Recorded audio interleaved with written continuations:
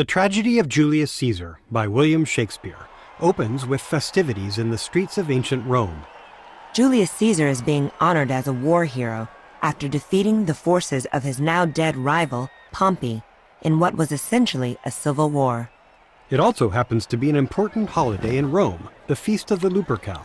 So there are two good reasons for Roman citizens to be out in the street celebrating. But not everybody is happy. Two government officials, Flavius and Marullus, are telling people they should get back to work. Home, you idle creatures, get you home. They're worried Caesar will use his growing popularity to seize power and rule the Roman Empire as a dictator. They make a plan to remove the decorations from Caesar's statues and to continue sending people home. A little later, Caesar and his entourage are on their way to the festival when a soothsayer gets Caesar's attention. Beware the Ides of March. Caesar calls him a dreamer, and they all head off to the festival, leaving Brutus and Cassius by themselves. Cassius wants to get a feel for what Brutus thinks of Caesar's growing popularity. They hear a shout from the crowd at the nearby festival. I do fear the people choose Caesar for their king. Then must I think you would not have it so? Cassius makes it clear that he can't stand the thought of Caesar being the sole ruler of Rome. I was born free as Caesar, so were you. And this man is now become a god. And Cassius is a wretched creature, and must bend his body if Caesar carelessly but nod on him. After a second shout from the festival, Cassius tells Brutus that they need to do something about the Caesar problem. The fault, dear Brutus, is not in our stars, but in ourselves that we are underlings. Brutus tells Cassius he'll think about what he's told him. Just then, Caesar and the others pass back through. Caesar pulls Antony aside to tell him that he's suspicious of Cassius. Cassius has a lean and hungry look. Such men are dangerous. Cassius grabs Casca and asks him about the shouting. Casca explains that Antony offered Caesar his laurel crown 3 times, as if he were making Caesar king, but Caesar always refused it. Cassius tells Casca to meet with him later, and Casca and Brutus leave. Left alone, Cassius reveals his plan to write letters to Brutus as if they came from several people, all suggesting that Caesar is too ambitious. Later, Casca and Cicero cross paths in the midst of a strange storm. Casca thinks the gods must be upset about something, but Cicero likes it. Saw you anything more wonderful? Cicero leaves just as Cassius arrives. Cassius thinks the storm proves that Caesar is becoming dangerous, and that other Romans, like the two of them, are becoming weak. Indeed, they say the senators tomorrow mean to establish Caesar as a king. I know where I will wear this dagger then. Cassius from bondage will deliver Cassius. They agree it's better to die than to serve a dictator. Their friend Senna shows up and says he'll join them in the struggle against Caesar, but he hopes that Brutus will also join their cause. O Cassius, if you could but win the noble Brutus to our party. 3 parts of him is ours already, and the man entire upon the next encounter yields him ours. That same night, we find Brutus at home thinking out loud about the Caesar problem. First, he tells himself that he doesn't have anything against Caesar personally. I know no personal cause to spurn at him. But he's worried that too much power would make Caesar dangerous. Therefore, think him as a serpent's egg, and kill him in the shell. Brutus's servant Lucius brings Brutus one of the fake letters Cassius had thrown through the window. Brutus, thou sleepst. Awake and see thyself. Cassius and a group of conspirators arrive. And they all agree that Caesar must die. Cassius thinks Mark Antony should be killed too. Let Antony and Caesar fall together. But Brutus won't allow it. Let us be sacrificers, but not butchers. Mark Antony can do no more than Caesar's arm when Caesar's head is off. The clock strikes 3, and they realize it's getting late. 'Tis time to part. Cassius worries that Caesar will stay home tomorrow, which would ruin their plan. It is doubtful yet whether Caesar will come forth today or no. But Decius assures them that he can get Caesar to the capital. I will bring him to the capital. They agree to meet at Caesar's in the morning, and the conspirators leave. Then Brutus's wife, Portia, appears. She wants to know what's been troubling Brutus. Make me acquainted with your cause of grief. I am not well in health, and that is all. But Portia knows better. No, my Brutus, you have some sick offense within your mind, which, by the right and virtue of my place, I ought to know of. There's a knock at the door. Brutus asks Portia to leave, promising to tell her everything soon. Portia, go in a while, and by thy bosom shall partake the secrets of my heart. The visitor is another conspirator, Caius Ligarius. He's been sick, but wants to know what the plan is. What's to do? A piece of work that will make sick men whole. But are not some whole that we would make sick? That must we also. What it is I will unfold to thee as we are going to whom it must be done. Caesar hasn't been able to sleep either. Thrice hath Calpurnia in her sleep cried out, "Help ho, they murder Caesar." Worried about the day ahead, he sends a servant to have the priests perform a sacrifice. Bring me their opinions of success. Caesar's wife, Calpurnia, tells Caesar he should stay home. You shall not stir out of your house today. But Caesar says he's not afraid of the storm or her dreams. Caesar shall forth. The things that threaten me ne'er looked but on my back. When they shall see the face of Caesar, they are vanished. The servant returns with news from the sacrifice. They would not have you to stir forth today. Plucking the entrails of an offering forth, they could not find a heart within the beast. That sounds pretty bad, but Caesar says he's not afraid. Danger knows full well that Caesar is more dangerous than he. We are 2 lions littered in one day, and I the elder and more terrible, and Caesar shall go forth. Calpurnia begs him to stay home. Call it my fear that keeps you in the house, and not your own. We'll send Mark Antony to the Senate house, and he shall say you are not well today. Caesar finally gives in to his wife's request. I will stay at home. Decius Brutus arrives to bring Caesar to the capital, but Caesar tells him the news. I will not come today. Tell them so, Decius. As planned, Decius plays on Caesar's ego. The Senate have concluded to give this day a crown to mighty Caesar. If you shall send them word you will not come, their minds may change. And Caesar decides to go after all. Give me my robe, for I will go. Just then, the others arrive to escort Caesar to the capital. In a street near the Capitol, Artemidorus, a teacher of rhetoric, checks a letter he's written to warn Caesar about the conspiracy. If thou read this, O Caesar, thou mayst live. If not, the fates with traitors do contrive. In a nearby street, Portia worries about what might be happening at the Capitol, and wants to send Lucius to find out. Bring me word, boy, if thy lord look well. The soothsayer passes by and tells Portia that he plans to talk to Caesar. If it will please Caesar to be so good to Caesar as to hear me, I shall beseech him to befriend himself. Why? Knowst thou any harms intended towards him? None that I know will be, much that I fear may chance. The soothsayer leaves to find a better place to catch Caesar and warn him. Portia gets even more worried. Ay me, how weak a thing the heart of woman is. Oh, I grow faint. Run, Lucius, and commend me to my lord, and bring me word what he doth say to thee. A crowd of people are waiting at the Capitol when Caesar and the others arrive. Caesar notices the soothsayer in the crowd. The Ides of March are come. Aye, Caesar, but not gone. Artemidorus tries to get Caesar to read his letter. Hail, Caesar! Read this schedule. But Caesar won't do business in the streets and climbs to the Capitol. Are we all ready? What is now amiss that Caesar and his Senate must redress? Metellus Cimber kneels at Caesar's feet to ask him to pardon his brother, but Caesar refuses. Thy brother by decree is banished. If thou dost bend and pray and fawn for him, I spurn thee like a cur out of my way. Then Brutus also kneels, What, Brutus? and then Cassius too. But Caesar makes it clear that nothing will make him change his mind.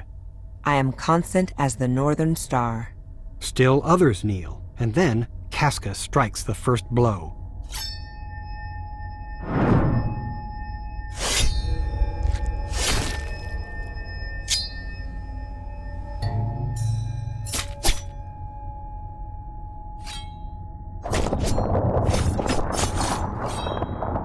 Et tu, Brute?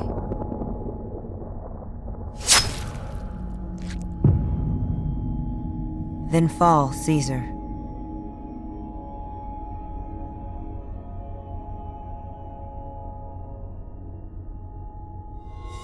Liberty, freedom, tyranny is dead. Ambition's debt is paid. Brutus wants to show the people of Rome what they have done. Stoop, Romans, stoop, and let us bathe our hands in Caesar's blood up to the elbows, and besmear our swords. Then walk we forth, even to the marketplace, and waving our red weapons o'er our heads, let's all cry, peace, freedom, and liberty. Mark Antony's servant appears to ask if Mark Antony can safely return, and Brutus promises not to hurt him. Brutus thinks they can bring Antony to their side. I know that we shall have him well to friend. But Cassius isn't so sure. I wish we may, but yet have I a mind that fears him much. Then Antony returns, shocked by the sight of Caesar's body. O mighty Caesar, dost thou lie so low? Antony is afraid that he'll be next to die, but Brutus and Cassius try to reassure him.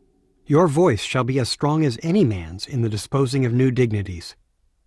Brutus says they can explain why they've done this, but that calming the Roman people is the first priority.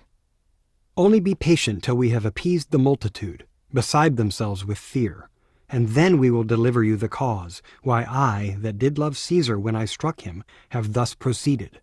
Seeing an opportunity, Antony asks if he can bring Caesar's body to the marketplace. And in the pulpit, as becomes a friend, speak in the order of his funeral. Brutus agrees, which worries Cassius. Know you how much the people may be moved by that which he will utter? But Brutus thinks he can control Antony. Mark Antony, you shall not in your funeral speech blame us, but speak all good you can devise of Caesar, and say you do't by our permission. Brutus goes to speak to the crowd, and all of the conspirators leave. Left alone with Caesar's body, Antony lets his true feelings out. Oh, pardon me, thou bleeding piece of earth, that I am meek and gentle with these butchers. He predicts that chaos and destruction will follow. A curse shall light upon the limbs of men. Domestic fury and fierce civil strife shall cumber all the parts of Italy. A servant arrives and tells Antony that Octavius, a friend of Caesar's, is close to Rome. He lies tonight within 7 leagues of Rome. Octavius could help Antony get revenge, but Antony's worried. Here is a mourning Rome, a dangerous Rome. No Rome of safety for Octavius yet. Out in the forum, Brutus addresses a nervous, angry crowd. We will be satisfied. Let us be satisfied. Romans, countrymen and lovers, hear me for my cause and be silent, that you may hear. In his speech, he tells them that Caesar was a danger to Rome. Had you rather Caesar were living and die all slaves, than that Caesar were dead to live all free men? As Caesar loved me, I weep for him. As he was fortunate, I rejoice at it. As he was valiant, I honor him. But as he was ambitious, I slew him. Antony arrives with Caesar's body, and Brutus ends his speech. With this I depart, that as I slew my best lover for the good of Rome, I have the same dagger for myself, when it shall please my country to need my death. The citizens seem to be on Brutus's side now. Live, Brutus! Live, live! Give him a statue with his ancestors. Let him be Caesar. Brutus leaves to give Antony his turn. Knowing that the citizens are now on the side of Brutus, he treads lightly at first. Friends, Romans, countrymen, lend me your ears. I come to bury Caesar, not to praise him. He acknowledges Brutus's claim that Caesar was too ambitious, but then quickly tries to raise doubts about it. He hath brought many captives home to Rome, whose ransoms did the general coffers fill. Did this in Caesar seem ambitious? When that the poor have cried, Caesar hath wept. Ambition should be made of sterner stuff. He then wonders why the citizens, who used to love Caesar, aren't more upset. You all did love him once, not without cause. What cause withholds you then to mourn for him? O judgment, thou art fled to brutish beasts, and men have lost their reason. He even breaks down a little himself. Bear with me. My heart is in the coffin there with Caesar, and I must pause till it come back to me. The citizens are starting to feel for him. Poor soul, his eyes are red as fire with weeping. There's not a nobler man in Rome than Antony. Then Antony really gets their attention. But here's a parchment with the seal of Caesar. I found it in his closet. 'Tis his will. Let but the commons hear this testament, which, pardon me, I do not mean to read, and they would go and kiss dead Caesar's wounds. The crowd goes crazy for Antony to read the will. The will! The will! We will hear Caesar's will. After some resistance, he agrees. You will compel me then to read the will? Then make a ring about the corpse of Caesar, and let me show you him that made the will. He comes down from the pulpit and points out the many times Caesar was stabbed. Look, in this place ran Cassius' dagger through. See what a rent the envious Casca made? Through this the well-beloved Brutus stabbed. The citizens are overcome with emotion. O piteous spectacle! O noble Caesar! They soon want revenge on the conspirators. Revenge! Fire! Kill! Slay! Let not a traitor live! They're getting really upset, but Antony reminds them of the will.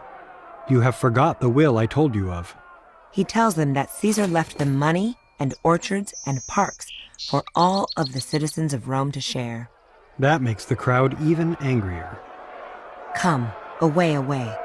We'll burn his body in the holy place, and with the brands fire the traitors' houses.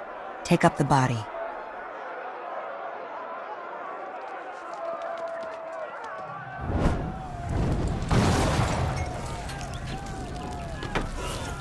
Now let it work. Mischief, thou art afoot. Take thou what course thou wilt. A servant arrives to tell Antony that Octavius waits for him at Caesar's house, with another man named Lepidus. For Antony, things couldn't be going any better. He comes upon a wish. Fortune is merry, and in this mood will give us anything. In the streets of Rome, we meet a man wandering the streets, though he's not sure why. I have no will to wander forth of doors, yet something leads me forth. He runs into a small group of citizens still on a rampage after Antony's speech, and they interrogate him. Things go badly when they eventually learn his name. Your name, sir, truly. Truly, my name is Cinna. Tear him to pieces. He's a conspirator. I am Cinna the poet, not Cinna the conspirator. It is no matter. His name is Cinna. Pluck but his name out of his heart and turn him going. Meanwhile, Antony meets with Octavius and Lepidus. Now that civil war has started, they're negotiating about who will die and who will live. Your brother too must die. Consent you, Lepidus? I do consent.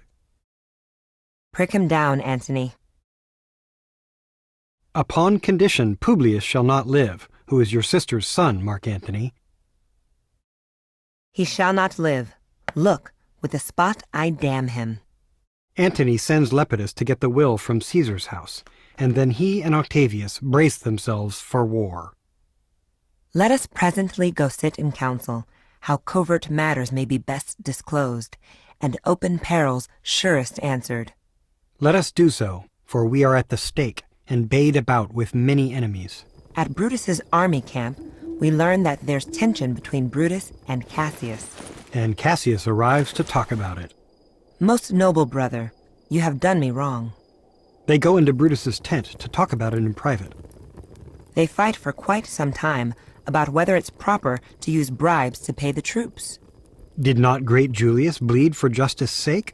Shall we now contaminate our fingers with base bribes, and sell the mighty space of our large honors for so much trash as may be grasped thus? But when Cassius asks Brutus to kill him with his own dagger, I that denied thee gold will give my heart. Strike, as thou didst at Caesar. they suddenly make up. Sheathe your dagger, Give me your hand.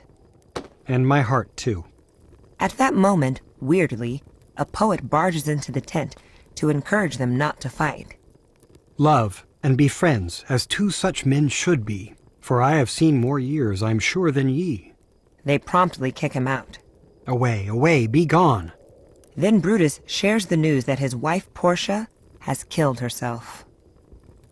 Impatient of my absence, and grief that young Octavius with Mark Antony have made themselves so strong, she fell distract and swallowed fire. Oh, ye immortal gods! Lucius brings in a bowl of wine and some candles. And then Titinius and Messala arrive with letters. Messala reports bad news from Rome. Octavius, Antony, and Lepidus have put to death 100 senators. Thinking Brutus doesn't know, he reluctantly shares the news that Portia is dead. For certain she is dead, and by strange manner. As if hearing it for the first time, Brutus responds as a good Stoic would. Why, farewell, Portia. We must die, Messala. With meditating that she must die once, I have the patience to endure it now. Then Brutus convinces Cassius that it's time to march to Philippi to meet Antony and Octavius in battle. There is a tide in the affairs of men, which taken at the flood leads on to fortune. Omitted, all the voyage of their life is bound in shallows and in miseries. On such a full sea are we now afloat, and we must take the current when it serves, or lose our ventures.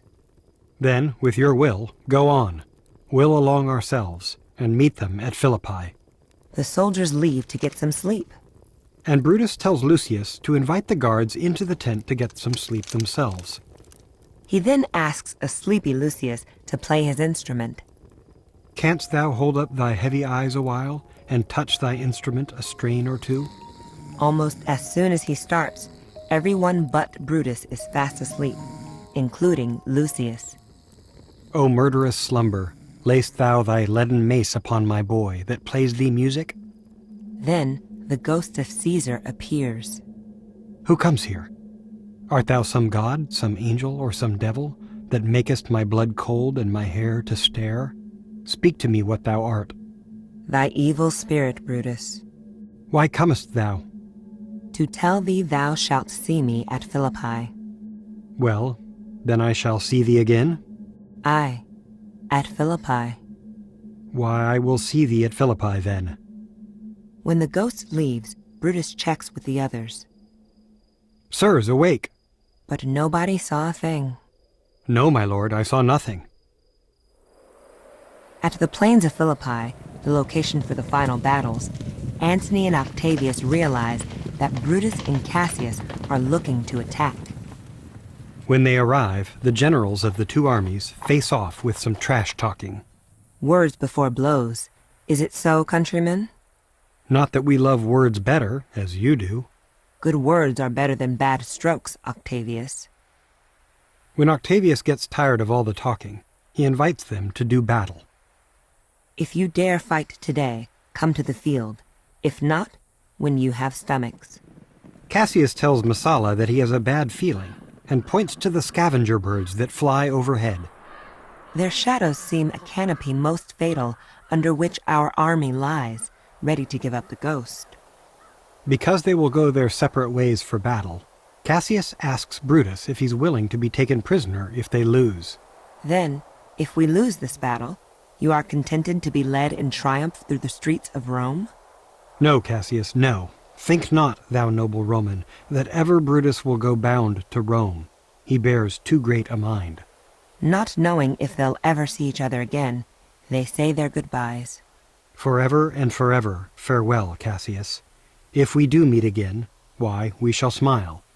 If not, why then, this parting was well made. Forever and forever farewell, Brutus. If we do meet again, we'll smile indeed. If not, 'tis true, this parting was well made. In a quick scene in the midst of battle, Brutus sends Messala to tell Cassius to attack quickly. Ride, ride, Messala, let them all come down. Meanwhile, Cassius and Titinius worry that they're losing the battle. Oh, Cassius, Brutus gave the word too early. Whilst we by Antony are all enclosed. Pindarus arrives with more bad news. Mark Antony is in your tents, my lord. Fly, therefore, noble Cassius, fly far off. Cassius tells Titinius to ride to the tents to see if the troops there are friends or enemies. And he sends Pindarus farther up the hill to watch what happens to Titinius. Cassius starts to think that today, his birthday, will also be the day of his death. This day I breathed first. Time has come round. And where I did begin, there shall I end. My life is run his compass. Pindarus says it looks like Titinius has been captured. Cassius tells Pindarus to come back, and then he orders Pindarus to help him kill himself. Here, take thou the hilts, and when my face is covered, as 'tis now, guide thou the sword. Caesar, thou art revenged, even with the sword that killed thee. O Cassius, far from this country Pindarus shall run, where never Roman shall take note of him. Titinius and Messala return with good news. Pindarus was wrong. Titinius was greeted by friends, not captured by enemies. Brutus defeated Octavius. Octavius is overthrown by noble Brutus' power. These tidings will well comfort Cassius. Then they notice Cassius on the ground. Titinius is distraught. O setting sun, as in thy red rays thou dost sink tonight, so in his red blood Cassius' day is set. The sun of Rome is set. Messala leaves to tell Brutus that Cassius is dead. Left alone with the body of Cassius, Titinius decides to kill himself. Take this garland on thy brow. Thy Brutus bid me give it thee, and I will do his bidding. Brutus, come apace, and see how I regarded Caius Cassius. By your leave, gods, this is a Roman's part. Come, Cassius' sword, and find Titinius' heart. Brutus and some soldiers return with Messala, and see that now Titinius too is dead. O Julius Caesar, thou art mighty yet. Thy spirit walks abroad and turns our swords in our own proper entrails. But there's no time to lose. They must continue the fight. Friends, I owe more tears to this dead man than you shall see me pay. I shall find time, Cassius. I shall find time. In the next scene, the battle continues, with Brutus encouraging his men. Yet, countrymen, oh yet, hold up your heads. When Brutus moves to a different part of the field, young Cato is killed. Lucilius surrenders, claiming that he's Brutus, so that the real Brutus can escape. Kill Brutus, and be honored in his death. We must not, a noble prisoner. Tell Antony Brutus is taken. Antony arrives and sees that it's not Brutus who's been captured. This is not Brutus, friend, but I assure you a prize no less in worth. Go on, and see whether Brutus be alive or dead, and bring us word unto Octavius' tent how everything is chanced. Although Brutus got away, he realizes that the battle is lost. Come, poor remains of friends, rest on this rock. He knows he must kill himself or be taken prisoner. Slang is the word. It is a deed in fashion. He starts looking for someone to hold his sword so that he can kill himself. What? I, my lord? No, not for all the world. Shall I do such a deed? Come hither, Volumnius. Our enemies have beat us to the pit. It is more worthy to leap in ourselves than tarry till they push us. I prithee, hold thou my sword hilt, whilst I run on it. That's not an office for a friend, my lord. The enemy can be heard getting closer. Fly, fly, my lord. There is no tarrying here. Brutus tells them all to run, Hence, I will follow. but asks Strato to stay. I prithee, Strato, stay thou by thy lord. Hold then my sword, and turn away thy face, while I do run upon it. Wilt thou, Strato? Give me your hand first. Fare you well, my lord. Farewell, good Strato. Caesar, now be still. I killed not thee with half so good a will. Octavius and Antony arrive with their armies and captives. When they learn that Brutus took his own life, I held the sword, and he did run on it. they have nothing but words of praise for him. This was the noblest Roman of them all. All the conspirators, save only he, did that they did in envy of great Caesar. His life was gentle, and the elements so mixed in him that nature might stand up and say to all the world, this was a man. Within my tent his bones tonight shall lie, most like a soldier ordered honorably. So call the field to rest and let's away, to part the glories of this happy day.